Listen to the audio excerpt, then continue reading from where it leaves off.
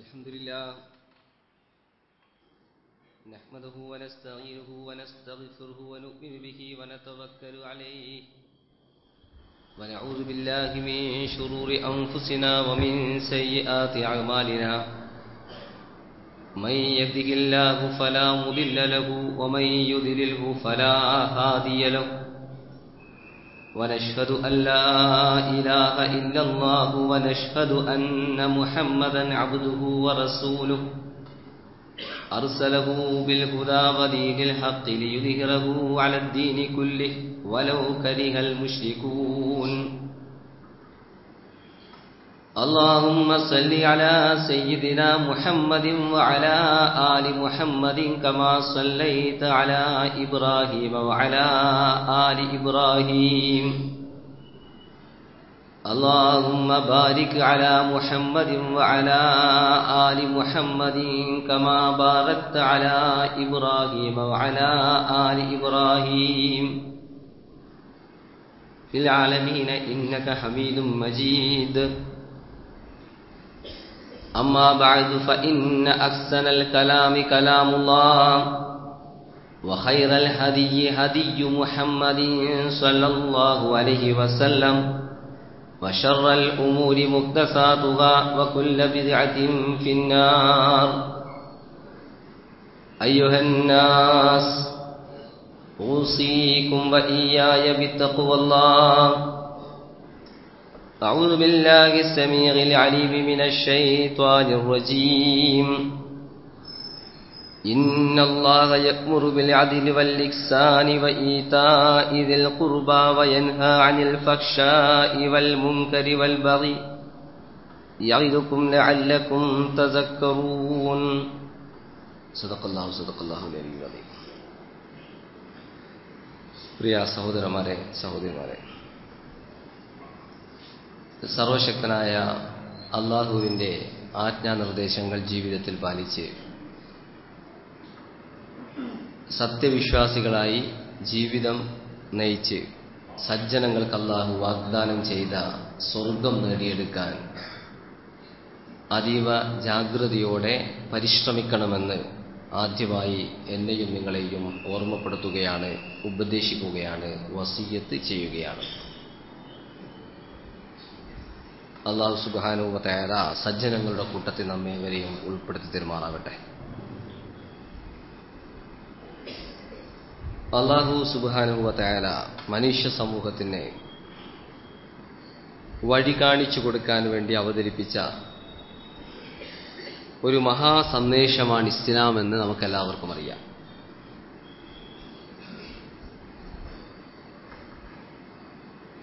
ഇസ്ലാം നമ്മുടെ ജീവിതത്തിൽ നാം സ്വീകരിക്കേണ്ട നിലപാടുകളും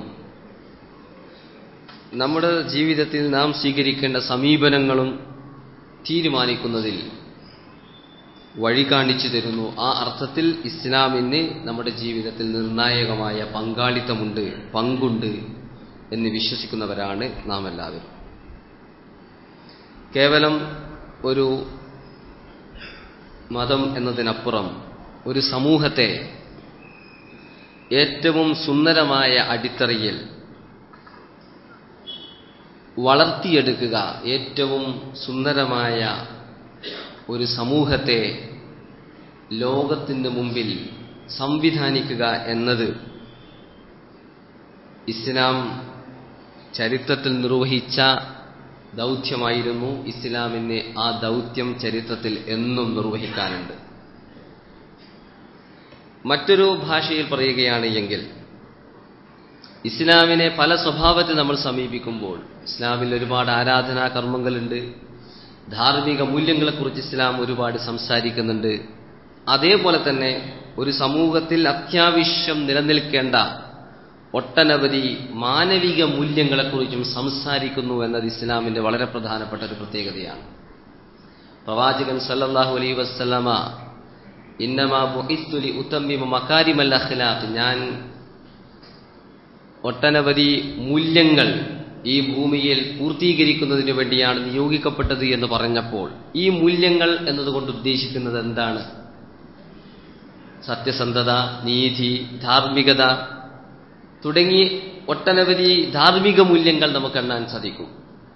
ഈ മൂല്യങ്ങളെക്കുറിച്ച് സംസാരിച്ചതുപോലെ തന്നെ പ്രവാചകൻ സല്ലല്ലാഹു അലൈഹി വസല്ലമ ഒരു സമൂഹം ഏറ്റവും സുന്ദരമായ രൂപത്തിൽ ഈ ഭൂമിയിൽ നിലനിൽക്കാൻ ഉതകുന്ന മാനവികമായ ചില മൂല്യങ്ങളെക്കുറിച്ച് കൂടി സംസാരിച്ചിരുന്നു എന്ന് പ്രവാചകൻ സല്ലല്ലാഹു അലൈഹി വസല്ലമയുടെ ഹദീസുകളും ഇസ്ലാമിന്റെ വിശുദ്ധ ഗ്രന്ഥമായ വിശുദ്ധ ഖുർആനും പാരായണം ചെയ്യുമ്പോൾ നമുക്ക് മനസ്സിലാക്കാൻ സാധിക്കും. മാനവികമായ മൂല്യങ്ങൾ എന്നതുകൊണ്ട് ഉദ്ദേശിക്കുന്നത് കേവലം ധാർമ്മികമായ മൂല്യങ്ങളല്ല. നമ്മുടെ ജീവിതത്തിൽ നാം ഉയർത്തിപ്പിടിക്കേണ്ട മറ്റ് ചില മൂല്യങ്ങളാണ്. അതിന് ധർമ്മവുമായിട്ട് നേരത്തെ ഒരു ബന്ധമുണ്ടായിരിക്കാം, ഇല്ലാതിരിക്കാം. എങ്കിലും ഒരു സമൂഹം ഈ ഭൂമിയിൽ ജീവിക്കുമ്പോൾ അവർക്കുണ്ടായിത്തീരേണ്ട വളരെ പ്രധാനപ്പെട്ട ചില മാനവികമായ മൂല്യങ്ങൾ. ഭദ്രമായ ഒരു സമൂഹമായി ഒരു സമൂഹം നിലനിൽക്കണമെങ്കിൽ അവർക്കുണ്ടായിരിക്കേണ്ട, ഉദാഹരണത്തിന് ശുചിത്വം, അതുപോലെ തന്നെ കാര്യക്ഷമത, അതുപോലെ തന്നെ പൂർണ്ണത തുടങ്ങി നമ്മുടെ ജീവിതത്തിൽ ഏതൊരു സമൂഹവും ഭദ്രമായ ഒരടിത്തറയിൽ ഈ ഭൂമിയിൽ നിലനിൽക്കണമെങ്കിൽ അവരിലുണ്ടായിരിക്കേണ്ട മാനവികമായ ചില മൂല്യങ്ങളുണ്ട്. ഇത്തരം മൂല്യങ്ങളെക്കുറിച്ച് റസൂലുള്ളാഹി സ്വല്ലല്ലാഹു അലൈഹി വസല്ലം നമ്മോട് സംസാരിച്ചതായി കാണാൻ സാധിക്കും. അല്ലാഹു സുബ്ഹാനഹു വ തആല ഈ പ്രപഞ്ചത്തെക്കുറിച്ച് പറയുമ്പോൾ ഈ പ്രപഞ്ചത്തെ അല്ലാഹു ഏറ്റവും സുന്ദരമായ ഒരു അടിത്തറയിലാണ് സൃഷ്ടിച്ചിരിക്കുന്നത്. ഏറ്റവും സുന്ദരമായ ഒരു രൂപത്തിലാണ്. അത് മനുഷ്യനാണെങ്കിലും ലോകത്തുള്ള ഏതൊരു സൃഷ്ടികളാണെങ്കിലും ഈ പ്രപഞ്ചത്തിലെ സൂര്യ, ചന്ദ്ര, നക്ഷത്രങ്ങൾ ഉൾക്കൊള്ളുന്ന ഈ പ്രപഞ്ച ഘടനയൊന്നടങ്കം നമ്മൾ പരിശോധിക്കുമ്പോൾ ഈ പ്രപഞ്ചത്തിലൊന്നടങ്കം തന്നെ നമുക്കൊരു മഹാസൗന്ദര്യം, അള്ളാഹു ആവിഷ്കരിച്ചിരിക്കുന്ന ഒരു മഹത്തായ സൗന്ദര്യം നമുക്ക് അനുഭവപ്പെടാൻ സാധിക്കും. നമ്മുടെ സൃഷ്ടിഘടനയെക്കുറിച്ച് പരിശോധിക്കുമ്പോൾ, ഇതര ജീവജാലകങ്ങളുടെ സൃഷ്ടിഘടനയെക്കുറിച്ച് പരിശോധിക്കുമ്പോൾ, ഈ പ്രപഞ്ചത്തെക്കുറിച്ച് പരിശോധിക്കുമ്പോൾ ന്യൂനതയില്ലാത്ത പൂർണ്ണതയുടേതും അതുപോലെ തന്നെ സൗന്ദര്യത്തിൻ്റെതുമായ ഒരാവിഷ്കാരം നമുക്കിത് കാണാൻ സാധിക്കും. ഇതിനെ മുൻനിർത്തിക്കൊണ്ട് അല്ലാഹു സുബ്ഹാനഹു വ തആല വിശുദ്ധ ഖുർആനിൽ പറയുന്ന ഒരു വാക്കുണ്ട്, അല്ലദീ ഖലഖ സബ്അ സമാവാതിൻ തിബാഖൻ മാ തറാ ഫീ ഖൽഖിർ റഹ്മാനി മിൻ തഫാവുത്. അല്ലാഹു സുബ്ഹാനഹു വ തആല 7 ആകാശങ്ങളെ ഘട്ടങ്ങളായി, പടികളായി സംവിധാനിച്ചിരിക്കുന്നവനാണ് അല്ലാഹു സുബ്ഹാനഹു വ തആല. മാ തറാ ഫീ ഖൽഖിർ റഹ്മാനി മിൻ തഫാവുത്. അല്ലാഹുവിന്റെ ഈ സൃഷ്ടിഘടനയിൽ നിങ്ങൾക്കൊരു പോരായ്മയും ചൂണ്ടിക്കാണിക്കാൻ സാധ്യമല്ല. ഫർജിഇൽ ബസറ ഹൽ തറാ മിൻ ഫുതൂർ. എന്നിട്ട് മനുഷ്യരെ അഭിമുഖീകരിച്ചുകൊണ്ട് വിശുദ്ധ ഖുർആൻ ചോദിക്കുകയാണ്, അല്ലയോ മനുഷ്യ, ഈ പ്രപഞ്ചഘടനയെക്കുറിച്ച് നിങ്ങൾ ആലോചിച്ചു നോക്ക്. ഏറ്റവും സുന്ദരമായ രൂപത്തിൽ അള്ളാഹു ആവിഷ്കരിച്ചിരിക്കുകയാണ്. അതിൽ ഒരു ന്യൂനതയെ നിങ്ങൾക്ക് കാണാൻ സാധ്യമല്ല. ഫർജിഇൽ ബസറ ഹൽ തറാ മിൻ ഫുതൂർ. നിങ്ങൾ നിങ്ങളുടെ കണ്ണ് തുറന്ന് പിടിച്ച് ഒന്നുകൂടി ആവർത്തിച്ചാവർത്തിച്ചിട്ട് ഈ പ്രപഞ്ചത്തെക്കുറിച്ച്, മനുഷ്യരെക്കുറിച്ച്, ജീവജാലങ്ങളെക്കുറിച്ച് ചിന്തിക്ക്. എന്നിട്ട് പറയും, നമ്മുടെ കണ്ണ് ഇവിടെയായിരുന്നില്ല വേണ്ടത്, അല്ലെങ്കിൽ നമ്മുടെ കൈ ഇവിടെയായിരുന്നില്ല വേണ്ടത്, സൂര്യൻ അപ്രകാരമായിരുന്നില്ല ഇപ്രകാരമായിരുന്നു എന്നൊക്കെ നമുക്ക് ഈ പ്രപഞ്ചഘടനയിലും നമ്മുടെ ഘടനയിലും ചില പോരായ്മകളുണ്ട്. അതുകൊണ്ട് ഇങ്ങനെയായിരുന്നുവെങ്കിൽ കൂടുതൽ നന്നാകുമായിരുന്നു എന്ന് ചൂണ്ടിക്കാണിക്കാൻ പറ്റുമോ? ഫർജിഇൽ ബസറ ഹൽ തറാ മിൻ ഫുതൂർ. അല്ലാഹു സുബ്ഹാനഹു വ തആല വിശുദ്ധ ഖുർആനിലൂടെ പറയുകയാണ്, നിങ്ങൾ ആവർത്തിച്ചാവർത്തിച്ചിട്ട് ഇതിന്റെ ന്യൂനതകളും പോരായ്മകളും ചൂണ്ടിക്കാണിക്കാൻ ശ്രമിക്കൂ. പക്ഷേ നിങ്ങൾക്കൊരു ന്യൂനതയും പോരായ്മയും ചൂണ്ടിക്കാണിക്കാൻ സാധ്യമല്ല. മറിച്ച് യൻഖലിബ് സുമർജിഇൽ ബസറ കറത്തൈനി. നിങ്ങൾ വീണ്ടും വീണ്ടും ആവർത്തിച്ചാവർത്തിച്ചിട്ട് നിങ്ങളുടെ കണ്ണ് തുറന്ന് പരിശോധിക്കുക, വല്ല പോരായ്മകളും നിങ്ങൾക്ക് ചൂണ്ടിക്കാണിക്കാൻ സാധിക്കുമോ? അല്ലാഹുവിന്റെ മറുപടി, യൻഖലിബ് ഇലൈകൽ ബസറു ഖാസിഅൻ വഹുവ ഹസീർ. നിങ്ങളുടെ കണ്ണ് പരാജിതനായി ക്ഷീണിച്ച് തിരിച്ചു വരും. ഒരു പോരായ്മയും ഈ പ്രപഞ്ചഘടനയിൽ നിങ്ങൾക്ക് ചൂണ്ടിക്കാണിക്കാൻ സാധ്യമല്ല. കാരണം അല്ലാഹു അത്രമാത്രം സൗന്ദര്യത്തോടുകൂടിയാണ് ഈ പ്രപഞ്ചത്തെ ആവിഷ്കരിച്ചിരിക്കുന്നത്. അല്ലാഹു ഇങ്ങനെ ആവിഷ്കരിച്ചിരിക്കുന്ന ഈ പ്രപഞ്ചത്തിൽ, ഈ പ്രകൃതിയിൽ അല്ലാഹു മനുഷ്യനെ ഖിലാഫത്ത് ഏൽപ്പിച്ചപ്പോൾ അല്ലാഹു മനുഷ്യരോട് പറഞ്ഞിരിക്കുന്നത്, വലാ തുഫ്സിദു ഫിൽ അർളി ബഅദ ഇസ്ലാഹിക. അല്ലാഹു വളരെയധികം സൗന്ദര്യത്തോടുകൂടി പൂർണ്ണതയോടുകൂടി ആവിഷ്കരിച്ചിരിക്കുന്ന ഈ പ്രപഞ്ചഘടനയിൽ നിങ്ങൾ ഉണ്ടാക്കരുത്, ഫിത്നയുണ്ടാക്കരുത്, കുഴപ്പമുണ്ടാക്കരുത്. നിങ്ങൾ അതിനെ അതിൻ്റെതായ അടിത്തറയിൽ തന്നെ നിലനിർത്തണമെന്നാണ്. അല്ലാഹു വളരെ സൗന്ദര്യത്തോടുകൂടി ആവിഷ്കരിച്ചിരിക്കുന്ന ഈ പ്രപഞ്ചഘടന, ഇതാണ് നമ്മുടെ മാതൃക, ഒരു മുസ്ലിമിന്റെ മാതൃക. ഒരു മുസ്ലിം അവന്റെ ജീവിതത്തെ ക്രമീകരിക്കുമ്പോൾ, ഒരു മുസ്ലിം അവന്റെ ജീവിത ചുറ്റുപാടുകളെ ക്രമീകരിക്കുമ്പോൾ അല്ലാഹു സുബ്ഹാനഹു വ തആല ചൂണ്ടിക്കാണിച്ചതുപോലെയുള്ള ഈ സൗന്ദര്യവും പൂർണ്ണതയും അവന്റെ ജീവിതത്തിലും അവന്റെ ചുറ്റുപാടുകളിലും ദീക്ഷിക്കാൻ ഒരു മുസ്ലിം ബാധ്യസ്ഥനാണ്. ഇത് തിരിച്ചറിയുന്നിടത്ത് പക്ഷേ പലപ്പോഴും നമുക്ക് പരാജയമുണ്ടാകുന്നു. അതിപ്രശസ്തനായ 19-ാം നൂറ്റാണ്ടിൽ ജീവിച്ച ഒരു മുസ്ലിം പണ്ഡിതൻ, അദ്ദേഹം യൂറോപ്യൻ നാടുകളിലൂടെ സഞ്ചരിച്ചതിന് ശേഷം അദ്ദേഹം നടത്തിയ പ്രസിദ്ധമായ ഒരു പ്രസ്താവനയുണ്ട്. അദ്ദേഹം യൂറോപ്പിലെ പല രാജ്യങ്ങളിലൂടെയും സന്ദർശിച്ചതിന് ശേഷം അദ്ദേഹം പറയുകയുണ്ടായി, ഞാൻ യൂറോപ്പിലൂടെ സഞ്ചരിച്ചു, എനിക്കവിടെ മുസ്ലിങ്ങളെ കാണാൻ സാധിച്ചില്ല, പക്ഷേ എനിക്കവിടെ ഇസ്ലാമിനെ കാണാൻ സാധിച്ചു. ഞാൻ മുസ്ലിം നാടുകളിലൂടെ സഞ്ചരിച്ചു, എനിക്കവിടെ ഒട്ടനവധി 10,000-കണക്കിന് മുസ്ലിങ്ങളെ കാണാൻ സാധിച്ചു, പക്ഷേ എനിക്കവിടെ ഇസ്ലാമിനെ കാണാൻ സാധിച്ചില്ല. ഇദ്ദേഹം ഈ പ്രസ്താവന നടത്തുന്നത് ഇസ്ലാമിന്റെ ആരാധനകളുമായി ബന്ധപ്പെട്ടോ അല്ലെങ്കിൽ അതുപോലെയുള്ള ചില ചടങ്ങുകളുമായി ബന്ധപ്പെട്ടോ അല്ല എന്ന് നമുക്ക് ഈ പ്രസ്താവനയിൽ നിന്ന് തന്നെ മനസ്സിലാക്കാൻ സാധിക്കും.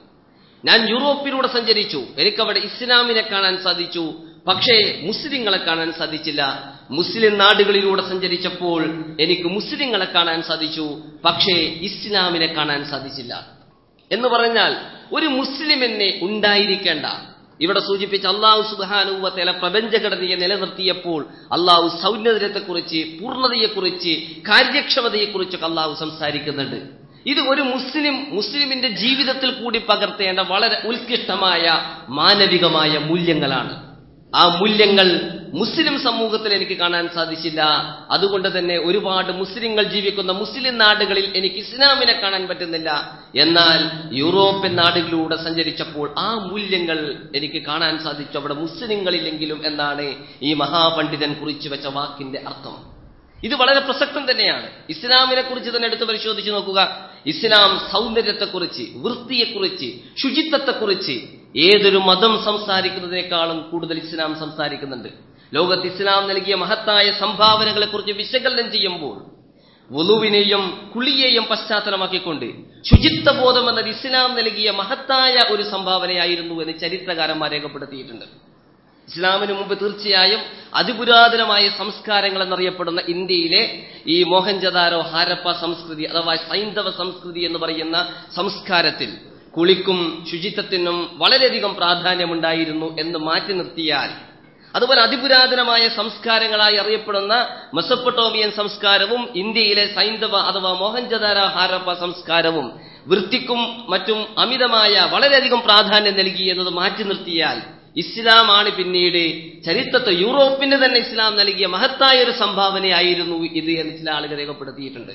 കാരണം യൂറോപ്പിലെ വൈക്കിൻസിനെ കുറിച്ചും യൂറോപ്പിന്റെ സംസ്കാരങ്ങളെ കുറിച്ച് പഠനവിധേയമാക്കുമ്പോൾ ഭക്ഷണം കഴിക്കുമ്പോൾ കൈ കഴുകുക, അല്ലെങ്കിൽ പല്ല് വൃത്തിയാക്കുക, അല്ലെങ്കിൽ നഖം മുറിക്കുക, മുടി അടുക്കും ചിട്ടയോടും കൂടി ക്രമീകരിക്കുക തുടങ്ങിയ മഹത്തായ ഒരധ്യാപനങ്ങളും യൂറോപ്യൻ സംസ്കൃതിക്ക് ഒരു കാലത്തുണ്ടായിരുന്നില്ല. അത് മുഴുവനും തന്നെ ഇസ്ലാമിക സംസ്കൃതിയിൽ നിന്നാണ് അവർ പകർത്തിയത് എന്ന് ചരിത്രം പറയുന്നുണ്ട്. പക്ഷെ ഇന്നോ നമ്മൾ ഇസ്ലാമിനെ കുറിച്ച് പറയും. പ്രവാചകന്റെ വളരെ പ്രസിദ്ധമായ നമുക്കെല്ലാവർക്കും കാണാതെ അറിയുന്ന ഒരു ഹദീസാണ് അത്തഹൂറു ശത്റും മിനൽ ഈമാൻ.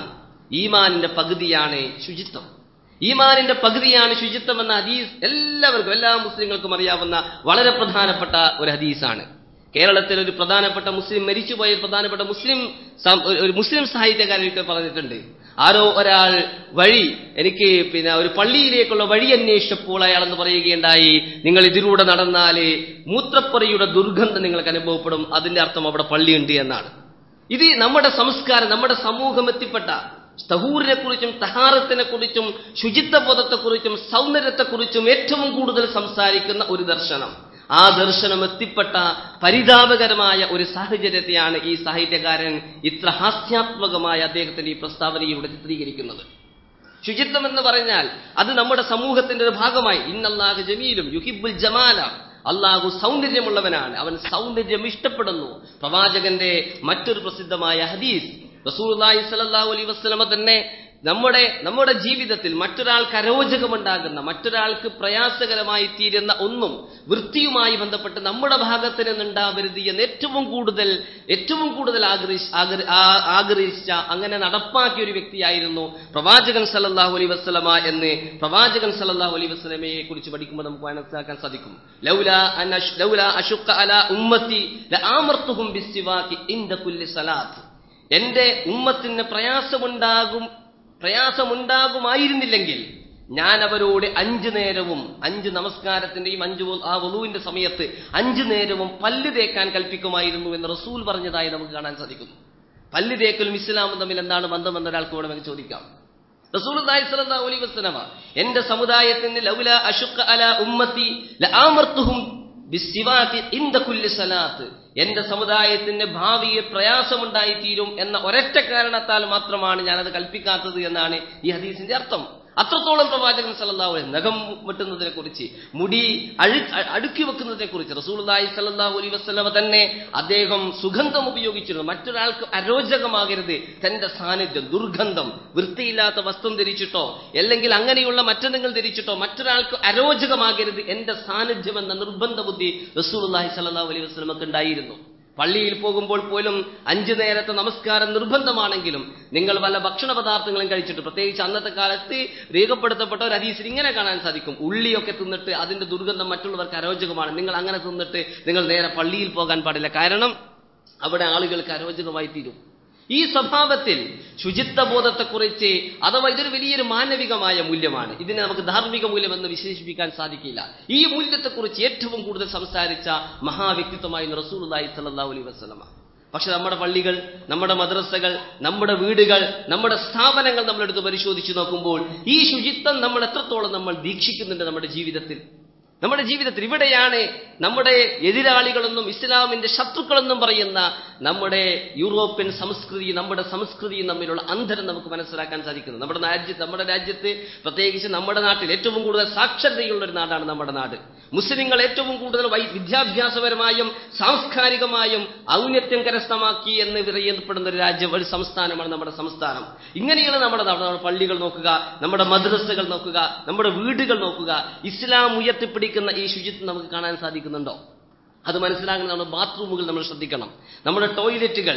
അതുപോലെ തന്നെ ഇതൊക്കെ ഒരാൾ പഠിപ്പിച്ചു തരേണ്ട ഒരു കാര്യമല്ല. ഇസ്ലാം റസൂലുള്ളാഹി സ്വല്ലല്ലാഹു അലൈഹി വസല്ലമയുടെ ഹദീസിനെ അതിൻ്റെതായ അർത്ഥത്തിലെടുക്കുമ്പോൾ നമ്മൾ ആർജിച്ചെടുക്കേണ്ട വളരെ പ്രധാനപ്പെട്ട ഒരു മൂല്യം, ഈ മൂല്യം നമ്മുടെ ജീവിതത്തിൽ നമുക്ക് കാണാൻ സാധിക്കുന്നില്ല. വൃത്തിയോടുകൂടി പള്ളികൾ സൂക്ഷിക്കുക, മദ്രസകൾ സൂക്ഷിക്കുക, ഇസ്ലാമിക സ്ഥാപനങ്ങൾ സൂക്ഷിക്കുക, നമ്മുടെ വീടുകൾ സൂക്ഷിക്കുക. നമ്മുടെ വീട്ടിനും നമ്മുടെ പള്ളിക്കും നമ്മുടെ സ്ഥാപനത്തിനും ഒരു അടുക്കും ചിട്ടയും ഉണ്ടാവുക എന്നത് ഇസ്ലാം ദീക്ഷിക്കുന്ന വളരെ പ്രധാനപ്പെട്ട ഒരു കാര്യമാണ് എന്ന് തിരിച്ചറിയാൻ നമുക്ക് സാധിക്കുന്നില്ല എന്നതാണ് നമ്മുടെ പ്രശ്നം. ഇത് ഒരു വിഷയം. അതേപോലെ തന്നെ റസൂലുള്ളാഹി സ്വല്ലല്ലാഹു അലൈഹി വസല്ലമ നമ്മെ പഠിപ്പിച്ചിരിക്കുന്ന വളരെ പ്രധാനപ്പെട്ട പൂർണ്ണതയെക്കുറിച്ച്, പൂർണ്ണത അഥവാ കാര്യക്ഷമതയെക്കുറിച്ച്, എന്ത് കാര്യം ചെയ്യുമ്പോഴും അത് വൃത്തിയോടുകൂടിയും അടുക്കോടുകൂടിയും ചിട്ടയോടുകൂടിയും ചെയ്യുക എന്നത് ഇസ്ലാമിന്റെ വളരെ പ്രധാനപ്പെട്ട ഒരു അടിസ്ഥാനമാണ്. ഇഹ്സാൻ എന്ന ഒരു വാക്ക് തന്നെ, ഇഹ്സാൻ എന്ന് പറയുന്ന ഒരു സാങ്കേതിക പദം തന്നെ ഇസ്ലാമിനുണ്ട്. ഈമാൻ, ഇസ്ലാം, ഇഹ്സാൻ. ഇഹ്സാനിനെ പല സ്വഭാവത്തിൽ ഇഹ്സാൻ വിശദീകരിക്കപ്പെട്ടിട്ടുണ്ട്. ഇഹ്സാനിന്റെ വളരെ പ്രധാനപ്പെട്ട ഒരു കാര്യമാണ് ഒരു കാര്യം അതിന്റെ വെടിപ്പോടുകൂടിയും അതിന്റെ വൃത്തിയോടുകൂടിയും അതിന്റെ പൂർണ്ണതയോടുകൂടി ചെയ്യുക എന്നത്. റസൂലുള്ളാഹി സ്വല്ലല്ലാഹു അലൈഹി വസല്ലം പറയുകയുണ്ടായി, ഇന്നല്ലാഹ കതബൽ ഇഹ്സാന അലാ കുല്ലി ഷൈഇൻ ഫഇദാ ഖതൽതും ഫഅഹ്സിനുൽ ഖിത്ല വഇദാ ദബഹ്തും ഫഅഹ്സിനുൽ ദിബ്ഹ വൽയുഹിദ് അഹദുക്കും ശഫ്റതഹു വൽയുരിഹ് ദബീഹതഹു. റസൂലുള്ളാഹി സ്വല്ലല്ലാഹു അലൈഹി വസല്ലം പറഞ്ഞിരിക്കുന്ന ഹദീസ്. ഈ ഹദീസ് നമുക്ക് പല സ്വഭാവത്തിൽ വിശദീകരിക്കാം. നമ്മൾ ഒരുപാട് ജോലികൾ ചെയ്യുന്നവരാണ്. കച്ചവടക്കാരുടെ നമ്മുടെ കൂട്ടത്തിൽ, കൃഷി ചെയ്യുന്നവരുടെ നമ്മുടെ കൂട്ടത്തിൽ, അധ്യാപകരുടെ നമ്മുടെ കൂട്ടത്തിൽ, ഡോക്ടർമാരുണ്ട്, എഞ്ചിനീയർമാരുണ്ട്, ഒട്ടനവധി സാധാരണ തൊഴിലുകൾ എടുത്ത് ജീവിക്കുന്നവരുണ്ട്. പക്ഷെ ഇഹ്സാൻ എന്ന് പറഞ്ഞാൽ ഏതൊരു കാര്യവും അതിന്റെ പൂർണ്ണതയോടുകൂടി ചെയ്യാൻ ഒരു മനുഷ്യൻ നടത്തുന്ന ശ്രമമാണ്. ഒരു കാര്യം എങ്ങനെയെങ്കിലും ചെയ്തു കൂട്ടുക, എന്ന് വരുത്തി തീർക്കലല്ല ഇഹ്സാൻ. മറിച്ച് ഒരു കാര്യത്തെ അതിന്റെ ഭംഗിയോടുകൂടി അത് വീക്ഷിക്കുന്ന അതിന്റെ അടിസ്ഥാന താല്പര്യങ്ങൾ കൂടി പരിഗണിച്ചുകൊണ്ട് ഏറ്റവും പൂർണ്ണമായി ആവിഷ്കരിക്കാൻ ഒരു മനുഷ്യൻ ശ്രമിക്കുമ്പോഴാണ് അവിടെയാണ് ഇഹ്സാൻ ഉണ്ടാവുന്നത്. റസൂലുള്ളാഹി സ്വല്ലല്ലാഹു അലൈഹി വസല്ലം പറയുകയുണ്ടായി, ഇന്നല്ലാഹ കതബൽ ഇഹ്സാന അലാ കുല്ലി ഷൈഇൻ. അള്ളാഹു എല്ലാ കാര്യങ്ങളുടെ മേലും നിങ്ങൾ എന്ത് പ്രവർത്തികൾ ചെയ്യുകയാണെങ്കിലും അതിന്റെ മേൽ അള്ളാഹു സുബ്ഹാനഹു വ തആല ഇഹ്സാൻ നിർബന്ധമാക്കിയിട്ടുണ്ട്. പൂർണ്ണതയോട് ഇഹ്സാനിനെ മറ്റൊരു ഭാഷയിൽ ഇഹ്സാനിന് മറ്റൊരു വിശദീകരണം കൂടിയുണ്ട്. ഈമാൻ, ഇസ്ലാം, ഇഹ്സാൻ എന്ന് പറയുമ്പോൾ അത് പല ഘട്ടങ്ങളിലൂടെ വിശദീകരിച്ചിട്ടുണ്ട്. ഇഹ്സാനിന്റെ മറ്റൊരു തലമാണ് ഈ തലം. എന്ത് കാര്യവും അതിന്റെ പൂർണ്ണതയോടുകൂടി, അതിന്റെ ഭംഗിയോടുകൂടി, അതിന്റെ വ്യവസ്ഥയോടുകൂടി ചെയ്യുക എന്നത് അല്ലാഹു സുബ്ഹാനഹു വ തആല നിങ്ങളുടെ മേൽ നിർബന്ധമാക്കിയിരിക്കുകയാണ്. എന്നിട്ട് പറയുകയാണ്, ഫഇദാ ഖതൽതും ഫഅഹ്സിനുൽ ഖിത്ല. നിങ്ങൾ വധിക്കുകയാണ് എങ്കിൽ നല്ല രൂപത്തിൽ തന്നെ വധിക്കണം. ഫഇദാ ദബഹ്തും ഫഅഹ്സിനു സിബ്ഹ. നിങ്ങൾ ഏതെങ്കിലും ഒരു മൃഗത്തെ അറുക്കുകയാണ് എങ്കിൽ അതിനെ ഏറ്റവും ഇഹ്സാനോടുകൂടി അതിനെ അറുക്കണം, ഏറ്റവും പൂർണ്ണതയോടുകൂടി അതിനെ നിങ്ങൾ അറുക്കണം. എന്താണ് ഒരു മൃഗത്തെ അതിന്റെ ഇഹ്സാനോടുകൂടി അറുക്കുക എന്ന് പറഞ്ഞാൽ? റസൂലുള്ളാഹി സ്വല്ലല്ലാഹു അലൈഹി വസല്ലം വിശദീകരിക്കുകയാണ്, വൽ യുഹിദ് അഹദുക്കും ശഫ്റതഹു. നിങ്ങൾ ഒരു കത്തിയുമായിട്ടൊരു മൃഗത്തെ അറുക്കാൻ പുറപ്പെടുമ്പോൾ ആ കത്തിക്ക് അതിനെ അറുക്കാൻ ആവശ്യമായ മൂർച്ചയുണ്ടാവുക എന്നത് ഇഹ്സാനിന്റെ താല്പര്യമാണ്. നിങ്ങളുടെ കത്തിയുടെ മൂർച്ച ശരിയായ മൂർച്ചയുള്ള കത്തിയായിരിക്കുക. അതിനെ രണ്ട് കാരണത്താൽ അത് അങ്ങനെയല്ലെങ്കിൽ, ഒന്ന് അത് ഒരു ജീവിയെ പീഡിപ്പിക്കലായി തീരും മൂർച്ചയുള്ള കത്തിയായിരിക്കും. ഒരു കാര്യം അതിന്റെ പൂർണ്ണതയോടുകൂടി ചെയ്യുന്നതിന് വിരുദ്ധമാണ്. അതുകൊണ്ട് നിങ്ങൾ ഒരു ഉരുവിനെ അറുക്കുകയാണ് എങ്കിൽ ആ കത്തിയുടെ മൂർച്ച നിങ്ങൾ എന്താക്കണം? കൂട്ടണം. വൽ യുരി ദബീഹതഹു. എന്നിട്ട് അതിന്റെ ഉരുവിനെ ആശ്വാസം നൽകട്ടെ എന്ന് റസൂലുള്ളാഹി സ്വല്ലല്ലാഹു അലൈഹി വസല്ലം വിശദീകരിക്കുകയുണ്ടായി. റസൂലിന്റെ ഇഹ്സാനുമായി ബന്ധപ്പെട്ട ഈ ഹദീസ് പണ്ഡിതന്മാർ പല സ്വഭാവത്തിൽ വിശദീകരിച്ചിട്ടുണ്ട്. ഇത് ഒരു പ്രത്യേക ഒരു അറുക്കുന്നതുമായി മാത്രം ബന്ധപ്പെട്ട് കിടക്കുന്ന കാര്യമല്ല. നിസ്കരിക്കുകയാണെങ്കിലും, ഒരു പള്ളി ഉണ്ടാക്കുകയാണെങ്കിലും, ഒരു മദ്രസ ഉണ്ടാക്കുകയാണെങ്കിലും, നിങ്ങൾ എന്ത് പണി ചെയ്യുകയാണെങ്കിലും അതിന്റെ ഇഹ്സാൻ, അതിന്റെ പൂർണ്ണതയോടുകൂടി ചെയ്യാനുള്ള ഒരു ശ്രമം ഒരു മനുഷ്യൻ നടത്തണമെന്നതാണ് ഈ ഹദീസിന്റെ താല്പര്യം. കാര്യക്ഷമതയോടുകൂടി, പൂർണ്ണതയോടുകൂടി ഒരു കാര്യം ചെയ്യുക എന്നതൊരു മാനവികമായ മൂല്യമാണ്. അതൊരു മനുഷ്യൻ വിശ്വാസിയായതുകൊണ്ട് മാത്രം ഒരാൾക്ക് ഉണ്ടാവുന്ന ഒരു ഗുണമല്ല, മറിച്ചൊരു മനുഷ്യന്റെ ജീവിതത്തിലുണ്ടാവേണ്ട ഒരു തീരുമാനത്തിൽ നിന്ന് മനുഷ്യൻ ജീവിതത്തെ സമീപിക്കുന്നത് എങ്ങനെയാണ് എന്നതുമായി ബന്ധപ്പെട്ട് കിടക്കുകയാണത്. എങ്ങനെയെങ്കിലും കുറെ കാര്യങ്ങൾ ചെയ്തു കൂട്ടുക, എന്നിട്ട് എന്റെ മേലധികാരികളെ, ഉദ്യോഗസ്ഥന്മാരാണെങ്കിൽ എന്റെ മേലധികാരികളെ ഞാനൊരു കാര്യം ചെയ്തു എന്ന് വരുത്തി തീർക്കല്ല ഇഹ്സാൻ. മഹാനായ സയ്യിദ് മൗദൂദി അദ്ദേഹം ഇഹ്സാനിന് വിശദീകരണം നൽകിയപ്പോൾ അദ്ദേഹം വളരെ സുന്ദരമായ ഒരു ഉദാഹരണം അദ്ദേഹം എടുത്തു കാണിക്കുന്നുണ്ട്. ഒരു സർക്കാർ ഉദ്യോഗസ്ഥൻ, ആ സർക്കാർ ഉദ്യോഗസ്ഥൻ സർക്കാർ അയാൾ ഏൽപ്പിച്ചിരിക്കുന്ന ജോലി ചെയ്യുകയാണ്. അയാൾ സമയത്തിന് ജോലിക്ക് പോകുന്നു, എന്നിട്ട് ജോലി നിർവഹിക്കുന്നു, കൃത്യമായിട്ട് ജോലി നിർവഹിക്കുന്നു, അയാൾക്ക് അതിന്റെ ശമ്പളം വാങ്ങുന്നു. അയാൾ ഒരു ആക്ഷേപകരമായ ഒരു പ്രവൃത്തിയും അയാൾ ചെയ്യുന്നില്ല. അങ്ങനെയാണ് എങ്കിൽ അയാളുടെ ജോലി എന്തുകൊണ്ട് നല്ല ജോലി തന്നെയാണ്, സംശയമില്ല. കാരണം അയാൾ വളരെ കൃത്യമായി കാര്യങ്ങൾ നിർവഹിക്കുന്നുണ്ട്.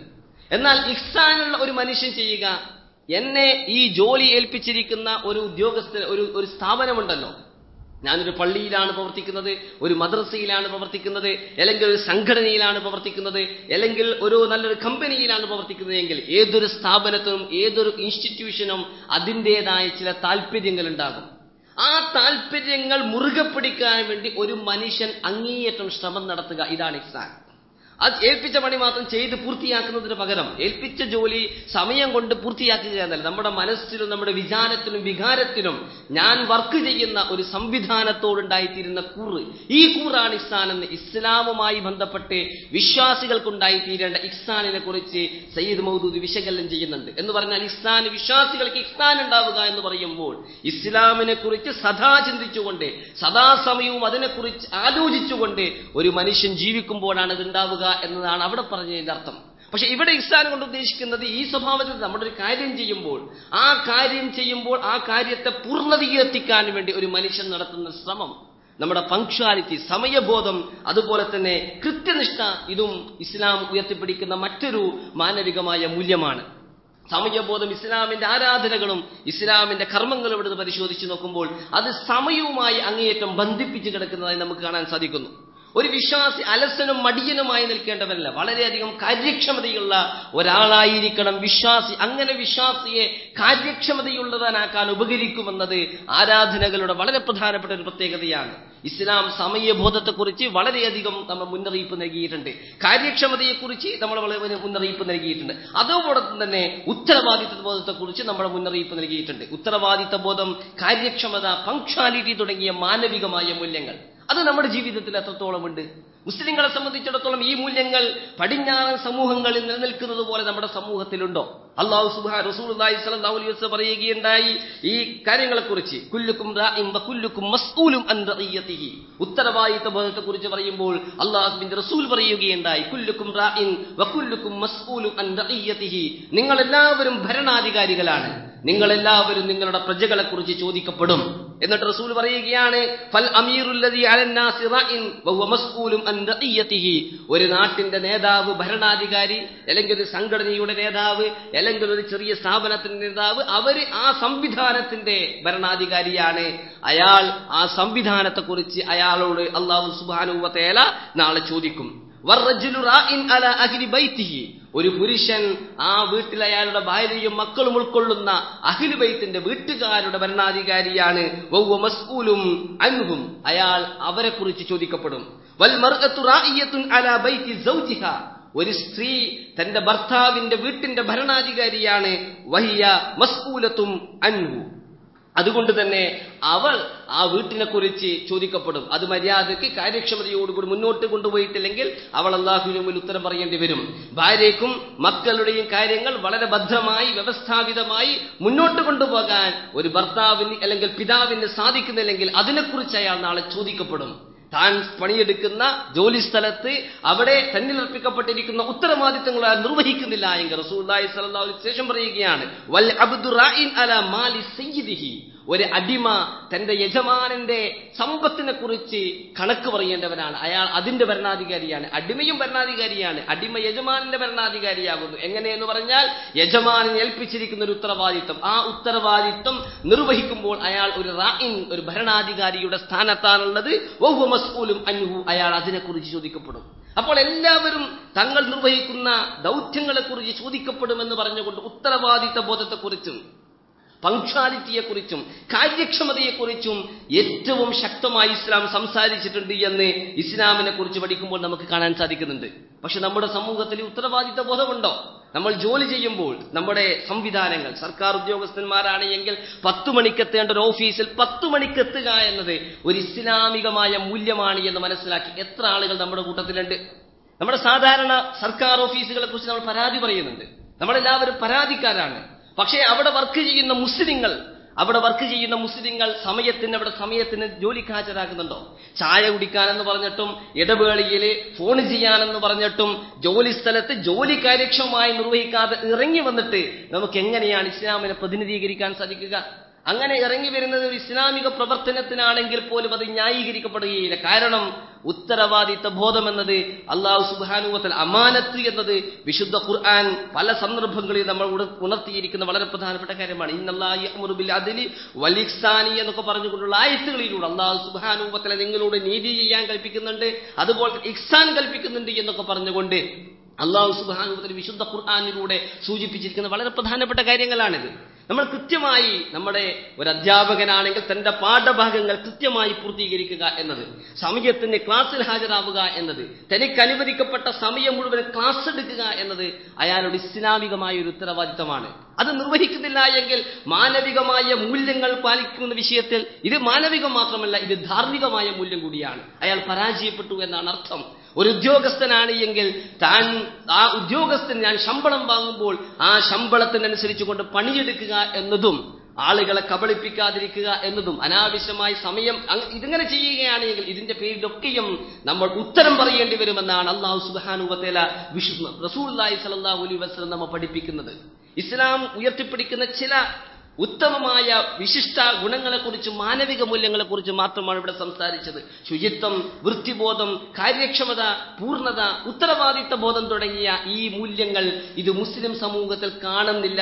പടിഞ്ഞാറൻ സമൂഹത്തിലാണ് ഞാൻ കാണുന്നത് എന്നാണ് നേരത്തെ സൂചിപ്പിച്ച പണ്ഡിതൻ പറഞ്ഞത്. ഞാൻ പടിഞ്ഞാറൻ നാടുകളിലൂടെ സഞ്ചരിച്ചപ്പോൾ എനിക്കവിടെ ഇസ്ലാമിനെ കാണാൻ പറ്റി. കാരണം ഇസ്ലാം ഉയർത്തിപ്പിടിക്കുന്ന വൃത്തിബോധം, ശുചിത്വം, കാര്യക്ഷമത, അതുപോലെ തന്നെ അച്ചടക്കം, എല്ലാ വ്യവസ്ഥകളും അവിടെ നമുക്ക് കാണാൻ സാധിക്കുന്നു. അവിടെ ആളുകൾ മതത്തിൽ വിശ്വസിക്കുന്നില്ല, അള്ളാഹുവിൽ വിശ്വസിക്കുന്നില്ല, ഖുർആനിൽ വിശ്വസിക്കുന്നില്ല, പ്രവാചകൻ അപഹസിക്കുന്നുണ്ട്, പരിഹസിക്കുന്നുണ്ട്, ഇസ്ലാമിനെതിരെ പ്രചാരണം നടത്തുന്നുണ്ട്. പക്ഷേ ഇസ്ലാം ഉയർത്തിപ്പിടിക്കുന്ന മൂല്യങ്ങൾ ഒരു പരിധിവരെ അവർ അവരുടെ ജീവിതത്തിൽ നടപ്പാക്കുന്നു. എന്നാൽ മുസ്ലിം നാടുകളിലൂടെ ഞാൻ സഞ്ചരിച്ചപ്പോൾ എനിക്ക് ഇസ്ലാമിനെ കാണാൻ പറ്റുന്നില്ല, മുസ്ലിങ്ങളെ കാണാൻ പറ്റുന്നുണ്ട്. പള്ളികളുണ്ട്, നിസ്കരിക്കുന്ന സ്ഥലമുണ്ട്. ഞാനിവിടെ സൂചിപ്പിച്ചതുപോലെ പള്ളികളിൽ പോയാൽ വൃത്തിഹീനമായ പള്ളികൾ, അടുക്കും വൃത്തിയും ശുചിത്വവും ഇല്ലാത്ത പള്ളികൾ. ഇത് മനസ്സിലാകണമെങ്കിൽ ഇന്ത്യയിൽ തന്നെയുള്ള പ്രധാനപ്പെട്ട ടൂറിസ്റ്റ് കേന്ദ്രങ്ങളായി അറിയപ്പെടുന്ന മുസ്ലിങ്ങളുടെ സാംസ്കാരിക കേന്ദ്രങ്ങളിലൂടെ നമ്മൾ സഞ്ചരിക്കണം. ഡൽഹി ജുമാ മസ്ജിദ് മുതൽ മുസ്ലിങ്ങളുടെ ഏറ്റവും പ്രധാനപ്പെട്ട മസ്ജിദുകളായി അറിയപ്പെടുന്ന സ്ഥലങ്ങളിൽ പോയാൽ അവിടെയുള്ള വൃത്തി കാണുമ്പോൾ തന്നെ ഇസ്ലാമിനെ കുറിച്ച് എന്ത് സന്ദേശമാണ് നമ്മൾ കൊടുക്കുന്നത്? ഇസ്ലാം എന്ന് പറഞ്ഞാൽ ഇതാണ്. ഒരുപാട് ജീവികളും അവയുടെയൊക്കെ അവ വിസർജിക്കുന്ന വിസർജ്യങ്ങളുമൊക്കെ കൊണ്ട് നിറഞ്ഞു കിടക്കുന്ന ഹൗലുകളും മറ്റുമൊക്കെയാണ് നമുക്കിവിടെ കാണാൻ സാധിക്കുന്നത്. പൊടിയും അതുപോലെ തന്നെ മാറാലയുമൊക്കെ നമ്മുടെ പള്ളികളുടെയും നമ്മുടെ മദ്രസകളുടെയും നമ്മുടെ സംവിധാനങ്ങളുടെയും ഒക്കെ കൂടപ്പറപ്പായി മാറിയിരിക്കുന്നു. ഇങ്ങനെയുള്ള ഒരു ഇസ്ലാം, ഈ ഇസ്ലാമിൽ നമുക്ക് എവിടെ നിന്നാണ് കിട്ടിയത്? റസൂലുള്ളാഹി സ്വല്ലല്ലാഹു അലൈഹി വസല്ലമ നമുക്ക് പരിചയപ്പെടുത്തുന്ന ഇസ്ലാം ഇതല്ല. അതുകൊണ്ടാണ് ഞാൻ പറഞ്ഞത്, ചരിത്രകാരന്മാർ ഇസ്ലാമാണ് ശുചിത്വം നമുക്ക് പറഞ്ഞു കൊടുത്തു. പശ്ചാത്തലർക്ക് അത് അറിയില്ലായിരുന്നു.